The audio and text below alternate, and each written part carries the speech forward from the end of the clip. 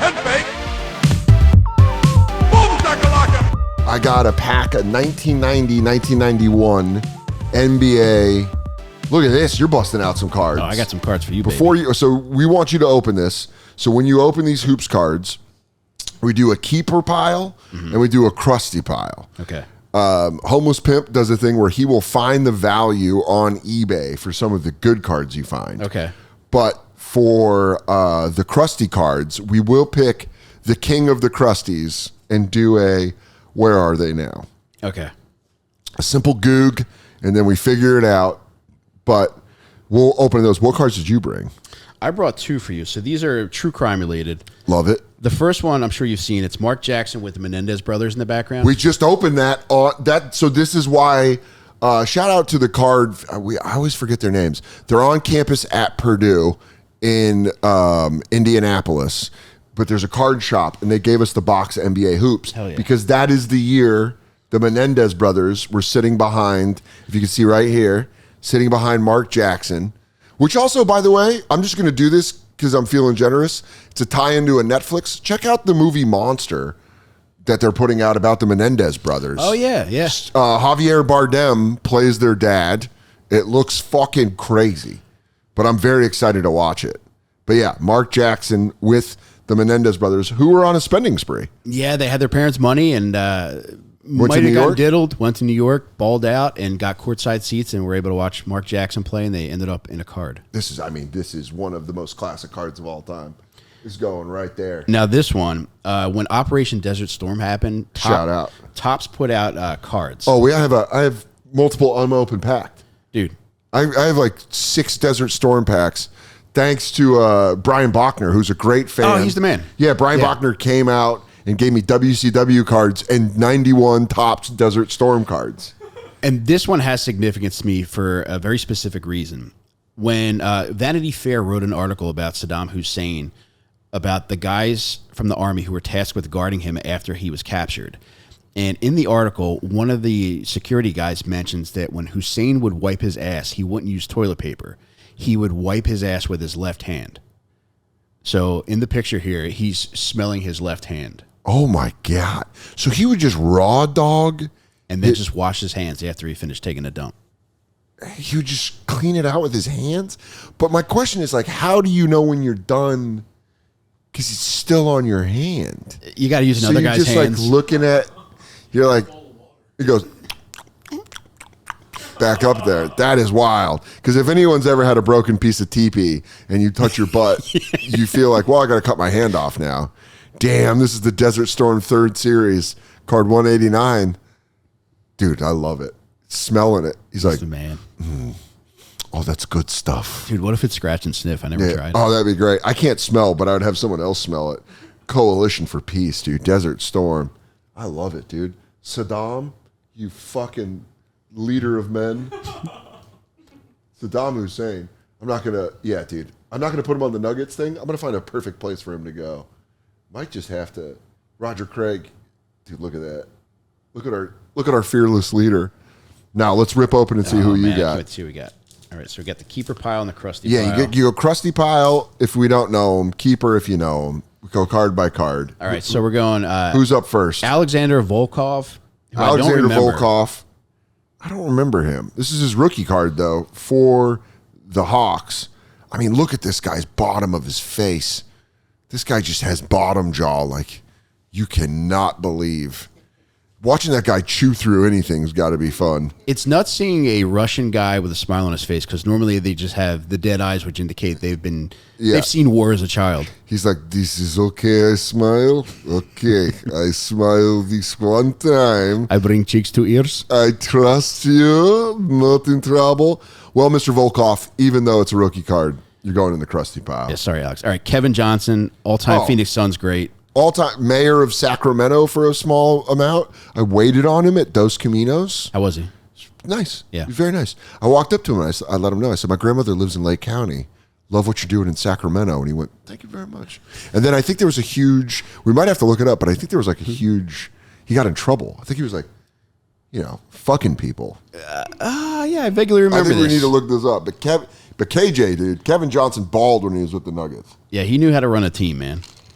First round pick out of Cal. Look at that, dude. Cleveland took him in the first round. I'm guaranteed my dad loved KJ because my dad loved anybody that went to Cal, and he was from Sacramento, which technically is like Bay Area light. And that was such a fun Suns era. Oh my God. Thunder Dan. Whose birthday it is today? Thunder Dan? I have a calendar. No way. I have a tearaway calendar that lets you know whose birthday it is. Oh, no. Today's Arnold Palmer and Thunder Dan Marley's birthday. Did you ever consider going by Thunder Dan? Oh, I hate the Suns because I'm a Nuggets fan, but I love Thunder Dan Marley was he was a white guy that could dunk. It's an all-time nickname. Yeah, Thunder Dan Marley. Thunder Dan, I would be a light drizzle Dan Soder. I don't think I'd be Thunder at all. But you got to keep KJ. Yeah, I like him. All right. Fred Roberts. The inclination is crusty. What? I mean, there's no way this guy isn't crusty. However, I think he's so fucked up looking that I do want to keep him because he's got the head of a stepdad that you hate, but you realize he's stern but fair. Yeah. That you realize he saved all his money so that your mom and him could have a good life when he retires. Yeah. And you go, you were thinking ahead. Yeah. You were a little tough on me when I was a kid, but you're a good man. I will tell you, I have not seen a flat top like this. I mean, that is a flat top. Unlike any I've ever seen. He also looks evil. He looks like an evil children's book character.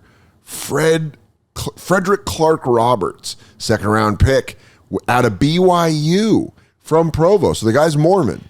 Dude, he's wearing that weird underwear in this picture? I was just going to say, like when he looks like when he fucks, he holds a lady by the neck face down. Oh, yeah. I would say completely dead-eyed, looking up, just hammering you into the headboard. Yeah. I mean, he's the hammer, you're the nail. He is not. This man's doing work. Honestly, I'm keeping him in the regular pile. I like the way you're thinking. Yeah, I'm sorry. I'm sorry, Alexander Volkov. You just weren't weird looking enough to stay in the regular pile. The next one we got Timberwolves guard Sidney Lowe. Sidney Lowe looking a little like Roy Wood Jr. Classic black eye look. He looks a little. The back picture does not. But this picture, so there's some pictures sometimes that at quick glance from the 80s look like comics, where you're like, this guy looks like Roy Wood. If you want, Jimmy, can you hand me that one right there that's next to that one that looks like Shane Gillis? That guy? You know exactly. Doesn't that look like Shane? Quick. Katie's like, I didn't see it. And then we were smoking a bowl, and she goes, I sent this picture to him, and I said, if you became a Hall of Fame women's coach, the path that Phil wanted. And he texted back, he wrote, that would have been awesome. You look at that quick, and you go like, if I quickly go, here's a card of Shane. You can't look too quick.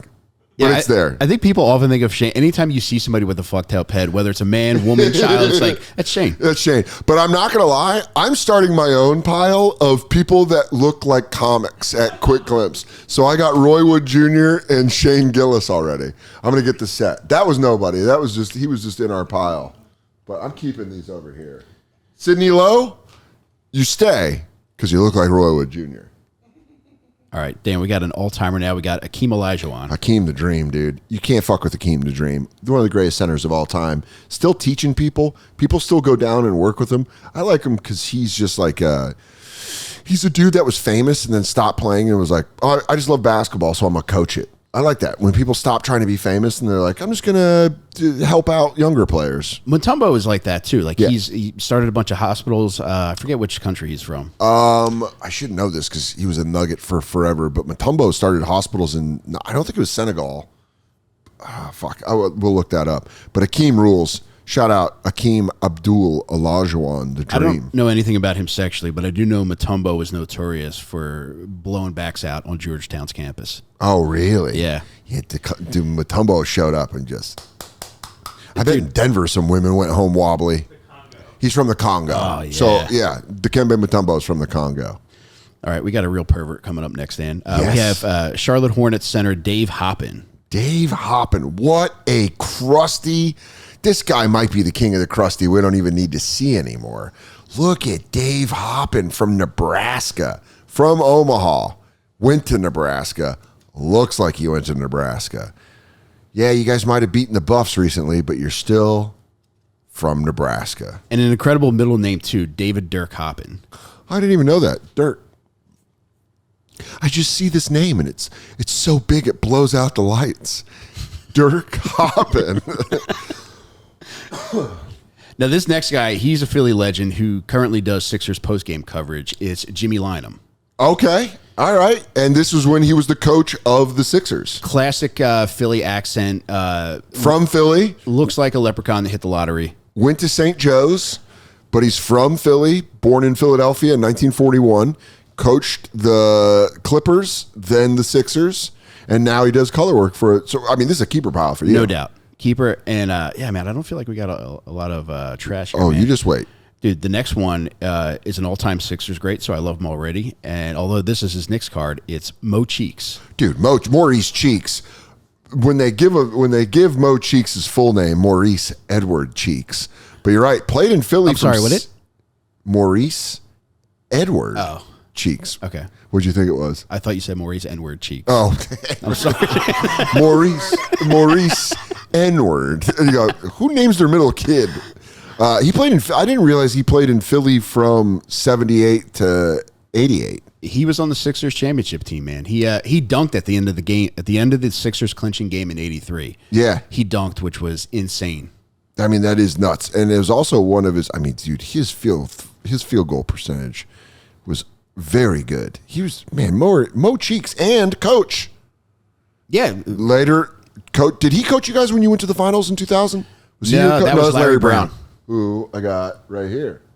Famous Sixer, also Nugget. I got laugh. Where is it? There he is. There's your guy. I've seen him in the shower. Really? Yep. I used to work at the health club where allow me to explain. Yeah. The Sixers used to practice at the health club that I worked at. Really? They didn't have like their own facility? Not initially. So they used to work out at a place called the Healthplex Sports Club. Mm-hmm.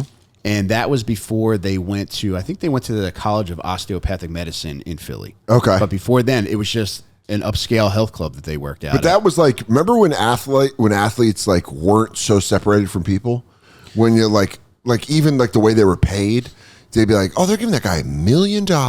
And now every NFL contract, they're like, they're going to give him $90 million a year. And you're like, holy shit. But like, I remember like when I was like growing up in Denver, I was a 49ers fan, but the Broncos, like it was crazy when they got a facility. People are like, they're going to have their own facility. And you're like, well, they're an NFL team. But now it like goes without saying, it better be state of the art, everything, which is nuts. But Larry Brown, did you see his dick? Good dick? It's okay. Yeah. That's what you want out of a coach. A surprise. I never saw AI's dick though. He was there a lot. Always very loud and standoffish.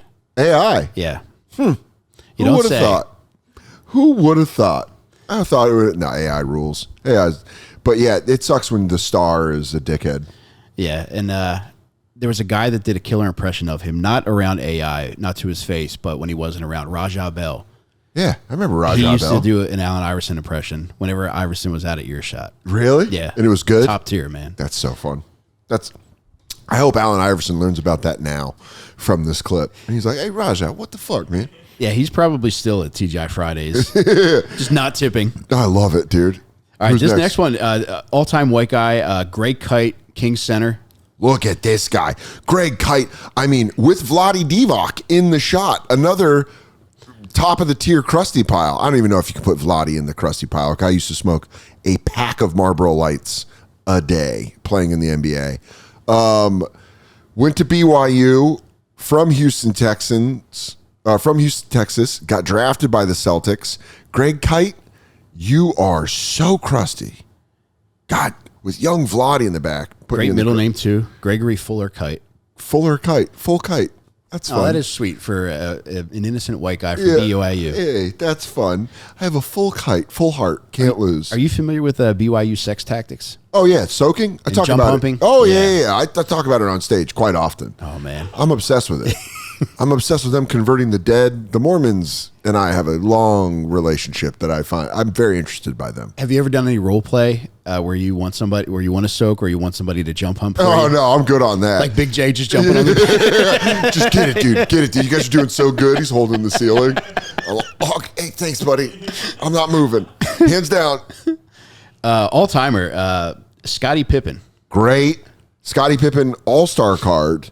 I didn't realize how much Scottie Pippen banged until his wife started fucking Michael Jordan's kid. He's a fucker. Because she would be like, yeah, my first husband, we would have sex 3 times a day no matter what. And everyone was like, every day you'd have sex 3 times a day. And she was like, yeah. And you don't realize, it's like, she's talking about Scottie Pippen. Guy likes to fuck. Incredible player. Also, the voice does it too. Yeah. The best description of his voice came from John McKeever. He said, Scottie Pippen sounds like somebody left a vibrator on a coffee table. Yeah. That's so fucking perfect. McKeever nailed it. Another guy, I don't remember this guy, but this is a rookie card for Delaney Rudd, a guard from Utah. Delaney Rudd, don't remember him. Rookie card, no middle name, out of Hollister, North Carolina, was not drafted. They put that on the back, too. They're like, he wasn't drafted. Sorry, buddy. Sorry, Mr. Rudd. You're going to the crusty pile. I know this. I think this guy's from NC State, a guard for the Dallas Mavericks, Steve Alford. Steve Alford. That's a good crusty card.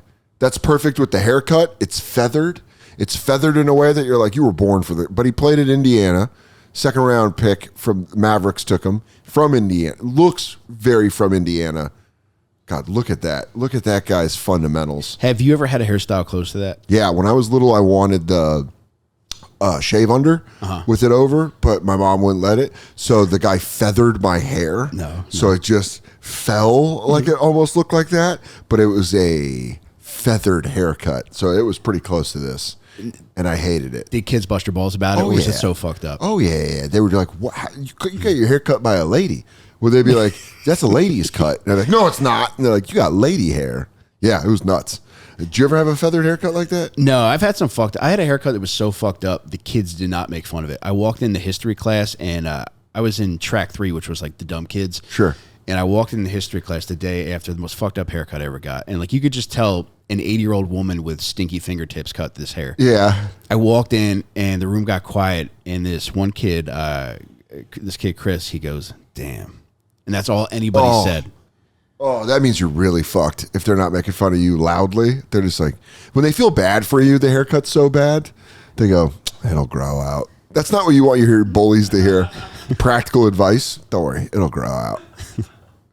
Next up, we got Washington Bullets center Mel Turpin, another classic black guy. Look at Mel Turpin with the knees. You know that he complained about his knees all the time. Went to Kentucky, from Kentucky, first round pick for the Washington Bullets, but he's got the knee braces on. It looks like when he sits, he rubs them a lot, or he goes, damn, old knee acting up. Baby, why don't you go ahead and give me a plate? Yeah. Oh, man, it's about to start raining. He feels it in his bones. Next up, we have forward Billy Thompson. Billy Thompson from the Miami Heat. Great picture. Looks cool. Good-looking guy. William Stensbury Thompson, first-round pick out of Louisville from Camden, New Jersey. Is that from the Heat's inception? The Heat had been around for a little bit. Okay. But these are the old-school Heat jerseys, which are fucking sick. And finally, we have Golden State Warriors legend Mitch Richmond. I mean, dude, run TMC. You think this is going anywhere near the crusty pile, I'll fight you. Mitch Richmond, to me, when I was very little, I was all Bay Area because of my dad. I was 49ers, Giants, Warriors, and Run TMC was the reason I loved the Warriors. I loved Tim Hardaway, loved Chris Mullin, loved Mitch Richmond. In fact, they still have, Mullin's right there. Look at that. Got to put Run TMC up there. Dude, you know how you reach an age where like you realize that like every adult has sex? Yeah. Well, I was always into sports, and like when I had that realization, I was thinking like every guy I would see would be like, all right, that guy has sex, that guy has sex. Like Chris Mullin was somebody I was like, that guy doesn't have sex. There's no way that dude Have you ever heard Chris Mullin talk? Yeah. He's got the thickest Queens accent. Yeah, St. Like, John's. Yeah, he's like St. John's, but he's like, yo, bro. But you see him with the red thing, and you think he's going to be like Indiana, like Steve Alford. Yeah. How you doing? But he's like, not for nothing. It's pretty fucking good. He's got like he's got such a New York mouth, dude. He came in. So when they traded Tim Hardaway and Run TMC was done, I was like, yo, fuck the Warriors. And I needed a team in Denver. And I was 10, and I was like, go Nuggets. Yeah. And then the Warriors had a dynasty, and I missed out on it. But Chris Mullin came into our restaurant I worked at, and I was like, can I bring him dessert? Because he wasn't at my table. I'm like, dude, I love Chris Mullin. Can I? And my fucking, this manager, Elias, who was like the general manager, was like this guy who was like, yo, New York, how great is this restaurant? He's like corny and shit. I was like, Elias, let me bring this fucking dessert to him. He goes, I'm going to do it. And I'm going to tell him, you could always, and he like blew. I watched Chris Mullen. You know the thing where people look up at a table and they go, brutal, yeah. Like that. I could tell you what, and I went outside and smoked a cigarette. I was punching the air. I was so fucking mad. Did you think about risking your job and be like, fuck it, I'm going to bring him his pie? Close. I was like, if it wasn't the general manager doing it, if it would have been like a day manager, like even the guy that does the schedules, I'd have been like, fuck this shit, I don't give a fuck. But it was the general manager, and I was like, this fucking guy. He's like, yo, bro, I gotta go say what's up to Chris Mullen. I'm like, you don't even like him. Where do you go to school? Where do you go to school? You didn't even know you went to St. John's, you fucking dick. That's brutal for a man of authority to do that. Yeah. To just like take the initiative to be like, hey, Chris, I realize you're a bit of an angel, but I want you to have this devil's food. Yeah, have a little bit of cake. By the way, the KJ, the Kevin Johnson stuff is. He was fucking, right? Police, a teenager told Phoenix police in 1996 that Kevin Johnson had allegedly molested her in his home when she was 16. After conducting an investigation, the Maricopa County office declined to prosecute. So there you go. On the grounds that there was not a reasonable likelihood of conviction. So, okay. Oh! In 2015, press accounts surfaced of a 1996 police video which showed detectives saying there was a likely chance that he was abusing her and others. Oh God! Well, that's going to have to be a documentary for Netflix. But who are we picking out of the crusty pile to be our number one? Because honestly, I don't see how it can be anyone but Greg Kite. However, I also think that fucking Fred Roberts was so crusty he got to the keep pile. So do we do Greg Kite? And guest's choice. A crusty pile, where are they now? Greg Kite or Fred Taylor? I have to go Fred Roberts. Fred Roberts. Yeah, even though Greg Kite is so crusty. I know. But let's look up where Fred Roberts from the Milwaukee Bucks and Brigham Young University, a little, where is he now? Shot his wife and kids. Dude, there's been some ones that you have no idea. We found one guy with 12 kids, and like dude, it was wild. This is Fred Roberts, born in 1960. Played in the NBA for 13 seasons, and then he also played in Barcelona, and did a little overseas work. Then came back. I always loved that. Played for the Chicago Rockers. Never even heard of them. And then did some time with the Cavs, the Lakers, and the Mavericks. Where is his dude? They don't even have a personal life. Played in Europe, came back later work. After his basketball career, Roberts became an educator in Utah. He's worked as a principal for 5 years and then began teaching 6th grade in 2007. Very sweet fella. He does have the look of a 6th grade guy. Oh my God. If you're a student of Mr. Roberts, just know your teacher could fucking ball.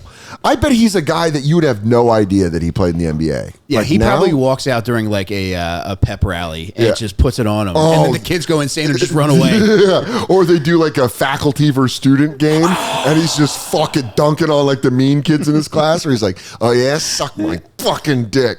Dude, this is great. But he's going in the keeper pile. All right. That's your pile. We're going to keep the crusty pile you gave. Go to punchup.live, sign up for my profile. We sign these and we do a lottery where we send them to people. And of course, I'm keeping my almost comedians pile growing by the minute with Shane and Roy Wood Jr. Is there anybody that you know that when you get them, you're going to throw them in that pile? Is there anybody from that era where you're just like, oh, this guy? No, it has to surprise me. All right. Just the way these two cards did. I would never know who Mike Schuler and Sidney Lowe are. But I always am keeping my eye out for people that might look like comics. Hell yeah, dude. You rule. Mike Rainey. Follow him on everything. Dad Meat, Little Stinkers. Check out his stand-up and get his books on Perks, which is in paperback, and also Delco Dirtball, which is fucking sick.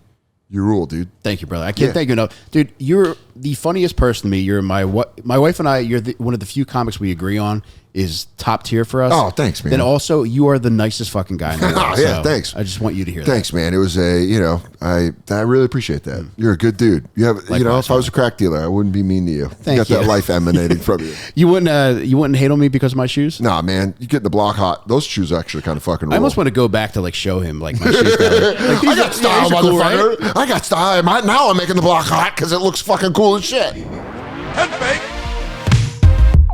Boom, shakalaka. California, 2025, the end of February. San Diego, February 28th. Los Angeles, March 1st. And San Francisco, March 2nd. Get tickets on sale now. dansoder.com. I will see you in 2025.